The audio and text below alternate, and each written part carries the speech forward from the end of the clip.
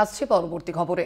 জেলা শাসকের তরফ থেকে রিপোর্ট তলব নবান্নে। ঢোলাহাট বাজি বিস্ফোরণের ঘটনায় রিপোর্টে চাঞ্চল্যকর তথ্য। অবৈধভাবে চলছিল বাজি কারখানা। 2023-এ বাজির লাইসেন্সের জন্য আবেদন করা হয়েছিল, কিন্তু পুলিশ কেস থাকায় দেওয়া হয়নি অনুমতি। এবং তারপরেই এই প্রশ্ন উঠছে, তাহলে কিভাবে এতদিন ধরে এই বাজি কারখানাটি চলছিল? পাথর প্রতিমার যে ঘটনা আপনাদের জানিয়ে রাখি, সেই ঘটনায় আপনারা জানেন ইতিমধ্যেই 8 জনের মৃত্যু হয়েছে এবং সেখানেই একাধিক প্রশ্ন কিন্তু উঠে আসছে এবং অবৈধভাবে চলছিল এই বাজি কারখানা, সেই বিষয়টি কিন্তু রিপোর্টে উল্লেখ করা হয়েছে। জেলা শাসকের তরফ থেকে রিপোর্ট তলব করা হয়েছে নবান্নের পক্ষ থেকে এবং ঝোলাহাট বাজি বিস্ফোরণের রিপোর্টে চাঞ্চল্যকর তথ্য সামনে এসেছে। 2023 সালে লাইসেন্স রিজেক্ট করেছিল জেলা প্রশাসন, এমনটাই কিন্তু বলা হয়েছে এই রিপোর্টে। কিন্তু তারপর থেকেও চলছিল অবৈধভাবে বাজি তৈরির কারখানা।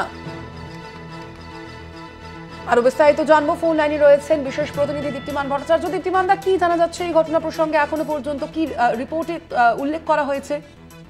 দেখো, রিপোর্টে উল্লেখ করা হয়েছে যখন 2023 সালে এই টোলারহাটের যে বাজি কারখানা যেখানে বিস্ফোরণ ঘটেছে সেটাকে রিনিউ করার জন্য পাঠানো হয়, কিন্তু পুলিশ কেস থাকাতে সেটাকে রিনিউ করা হয়নি। উপরন্তু 2023 সালে কিন্তু এটাকে রিজেক্ট করে দেওয়া হয়, অর্থাৎ বাতিল করে দেওয়া হয়। এবং বাতিল করে দেওয়ার পর তারপর থেকে কিন্তু এই যে পুরো কারখানাটা চলছিল, এটা কিন্তু পুরোপুরি অবৈধভাবে চলছিল। কিভাবে এই অবৈধ কারখানা চলছিল এবং পুলিশের নজরে কেন আসেনি, কি বৃত্তান্ত, এই পুরো বিষয়গুলো কিন্তু এখন খতিয়ে দেখা হচ্ছে।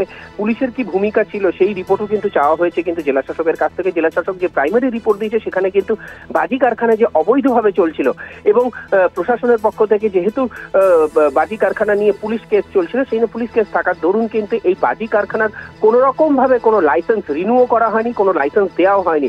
অবৈধভাবে এই বাজি কারখানা চলছিল বলেই কিন্তু আজকে রিপোর্টে উল্লেখ করা হয়েছে।